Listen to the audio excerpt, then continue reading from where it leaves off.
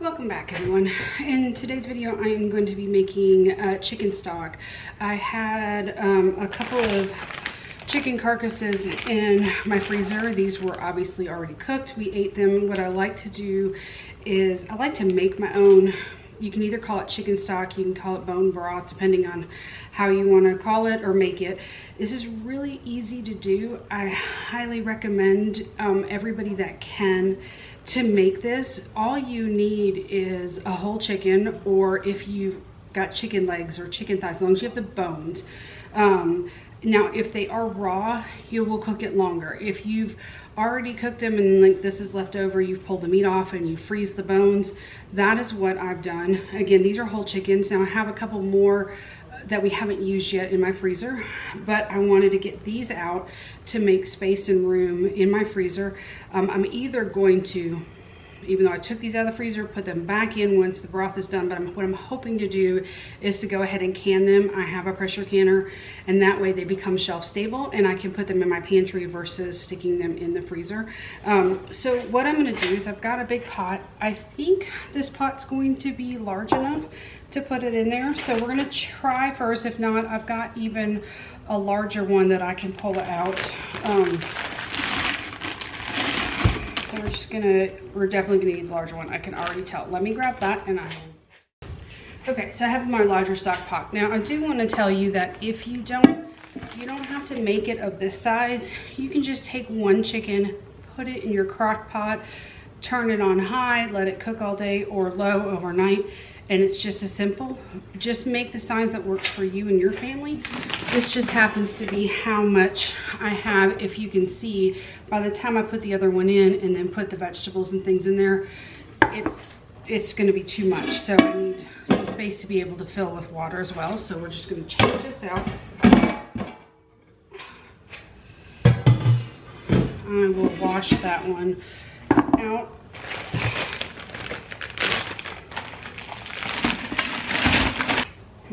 And as you can see, that is two. This is why I wanted the larger pot.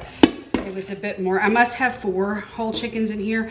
I honestly don't remember. I just put them in the bags. A lot of times if I have scraps, say from onions or carrots, I will put them in a freezer bag and stick them in the freezer and put them in here. Unfortunately, I just have fresh. I'm just going to use what I've got. I just didn't have the freezer space to do that this time around, although I have done that in the past. And so I just wanted to also encourage you guys, I know a lot of YouTube channels do a lot of big batch cooking, and there's absolutely nothing wrong with that. But if you're someone like me, I can't physically do big batch cooking anymore. In 2008, I had back surgery to fix my broken back, and so I have 4 screws in it, and due to that, it's caused a host of other issues with my spine, basically aging 20 years faster than I am. And given my age, according to most people, I don't look my age. I'm older than what you would think I am. And it just becomes too hard to spend hours upon hours upon hours in the kitchen to do big batch cooking. This is why I'm taking it one small project at a time to stock either my freezer, my pantry, or whatever, to make meals for my family. Just one small project. So if you find yourself having either not a lot of time, physical limitations, just do one little project at a time, and that's okay. You don't have to compare yourself to other people. You don't have to compete with other people. I kind of found myself in that trap where I was watching one of my favorite channels, and she does a lot of big batch cooking, which again, there's nothing wrong with, but she's also probably 20 plus years younger than I am. I don't know her age, and she likely doesn't have the issues that I do physically with a back. And so, or with her back, I should say. And so it just puts a lot of strain on my spine to be in the kitchen for hours on end. So this is why I just do it one project at a time, take you guys along with me and show you that it is absolutely okay to do a little bit. Just like in my previous videos, I got 3 pints of tomato sauce, and I'm fine with that. We're all excited to eventually use it, waiting on the rest of my tomatoes to continue to grow and ripen so I can maybe make another batch. But I'm just doing small little batches at a time to stock it up, and that's what I can handle, and I'm okay with that. So I just wanted to encourage you, if you are watching something and you're like, oh, I wish I could but I can't, or you try and it's too much, a little bit at a time will work. So all right, let me get going on the vegetables and I will show you guys how I put this together. Okay, so what I have is some celery. I had put this for everybody to snack on and no one snacked on it. So I just want to go ahead and check and see if you have any like bad spots like that, go ahead and remove it. But you could just dump it into your pot. So set that one aside. All right, so I have my pot right here, and then I'm gonna just go ahead and cut all this. I already rinsed it off, and I'm gonna drop it in there. Now, I don't typically add in the bottom just because of the amount of dirt that's on there. I don't want that into my pot for making the broth. And this is really simple. I happen to have carrots, onions, and celery, and that's typically what I add into my stock. If you don't have any of it, you can just boil the bones. And you'll still get a lot of really good flavor.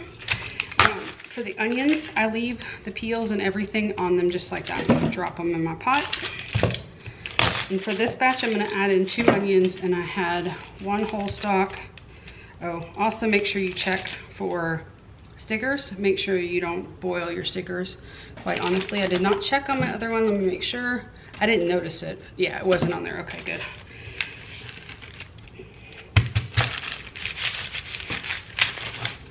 Sometimes if I have fresh herbs in the house, I will add that, like parsley. I do not have any, so I'm just going to be adding in the bay leaves to it, and that'll be perfectly fine. The last batch that I made was for my mother-in-law when we went back to Atlanta to visit family, and I completely forgot to put the parsley in that I bought for it, and it was just fine, so it's not necessary.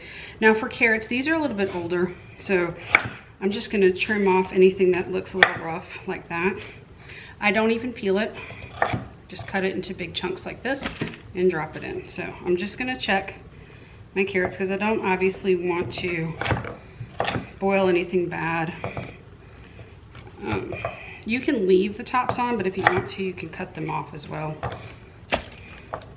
I probably will, just because these carrots are a touch older, but they're going to be perfect they're not rotted at all, so they're just a touch older. And all right, so I'm going to drop those in there, and I'm going to grab a few. I had another bag of some fresher carrots. I'm just going to grab a few out of here. I'll be shopping today, so I can just purchase more carrots if I need to.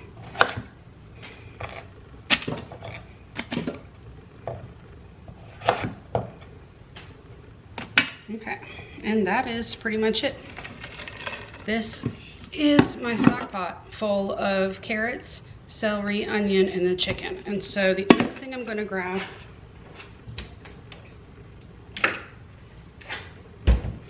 is dry bay leaves. I'm just going to add probably about 3 or 4 of them in there.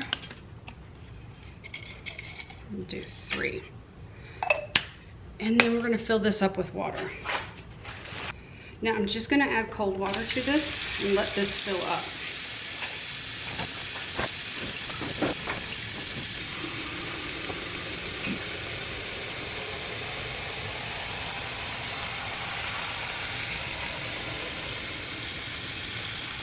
All right, as you can see, I'm getting close to the top, so I'm going to stop right here.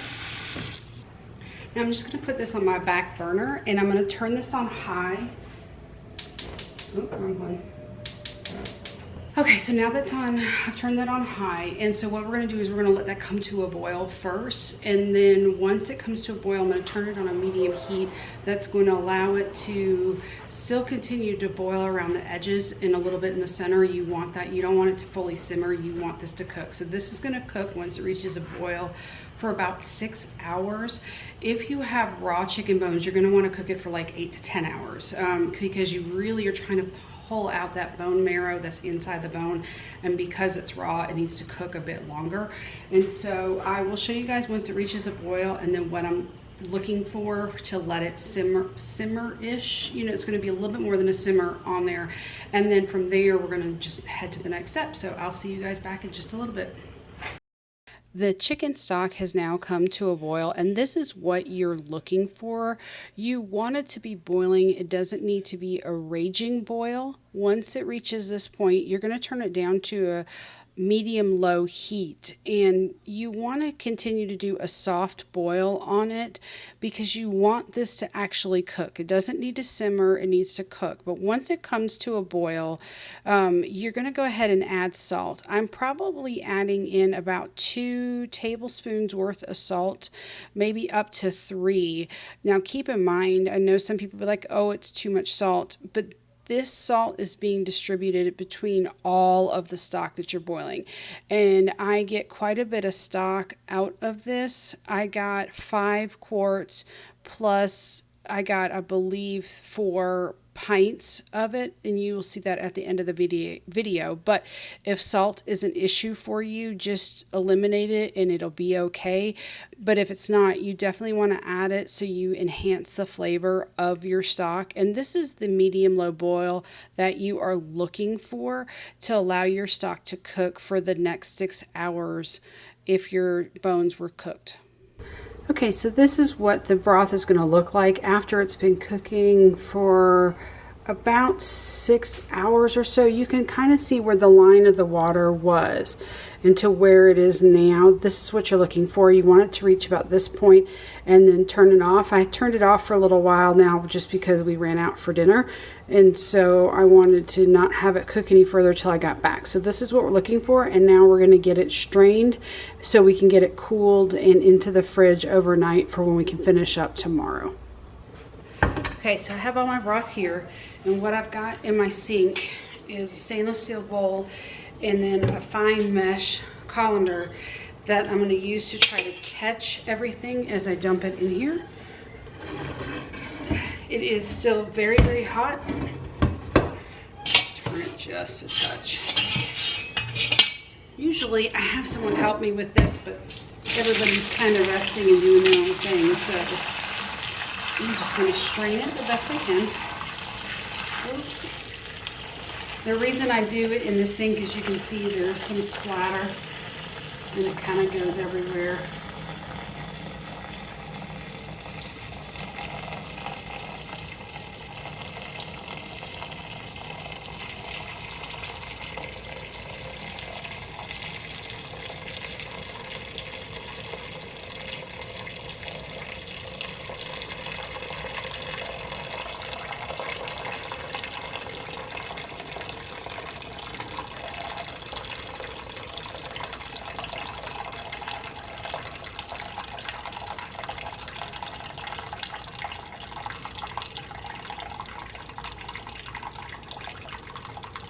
Now you want to be careful, obviously, when tilting it.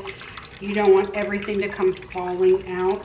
So you may still have broth kind of dripping down, but at this point, you can tilt it back up. Let's see if I can show you guys. Tilt it back up and see most of that broth is gone. All that's left in here is the onions and then the chicken carcass. So what I'm gonna let's see. So what I'm gonna do is I'm just gonna take this colander out. I'm gonna put it back in here. And now I'm gonna pull the broth out and set it aside. And you can see you can see the fat that's on here.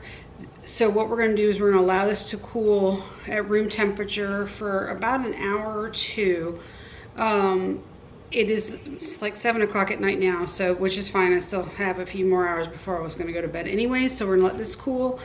And once it's cool, I'm going to cover it and then put it in the fridge, and in the morning you'll see what we're going to do from there. But what I am going to do is take a smaller stock pot that I have, and I'm going to strain this one more time from the bowl into the pot. It will, just to make sure that I got it all. Yeah. we got everything. I didn't have anything fall into the bowl, so that is good. So I'm gonna pull this out, set this over here. All right, and so what I can do now that I've gotten most of that out, is I can take what's in here and tilt it a little bit more and see if I can catch any more of that broth. This is not necessary. You usually get most of it. Now, if you have a much larger, yeah, that's pretty good. If you have a much larger fine mesh colander, you could use that where you could dump more of this in there, but I only have the small one, so this is what works. So I got just a little bit more out of it, but not much. And so here is the finished broth. Now, actually, since it was able to fit so well in this pot, I have a lid for it, and I'm going to put a lid on it instead of covering it with plastic wrap once it cools. But it's still going to go into the fridge, and then we will finish dealing with this tomorrow. So I will see you guys in the morning. This is the next morning when you can see the fat solidified on top of the chicken stock. And so what I am doing is I am scraping off the top layer. Now, due to some things going on, I opted to just put this stock in the freezer and not take the time to put it in the pressure canner. I really couldn't do it, and that's okay. I have some stock that is shelf stable, both chicken and beef, so this is perfectly fine to go in the freezer. I have these freezer safe containers that I purchased, and I will make sure to link them below. You want to leave a little bit of headspace at the top to allow for expansion when it freezes, but if you look at the stock, you can see how gelatinous it is. That is what you're looking for. That tells you that you have a really good, high quality chicken stock that you can use to make soups. You can enjoy it if you are not feeling well, if you're having a little upset tummy or intestinal issues. This actually helps kind of calm everything down.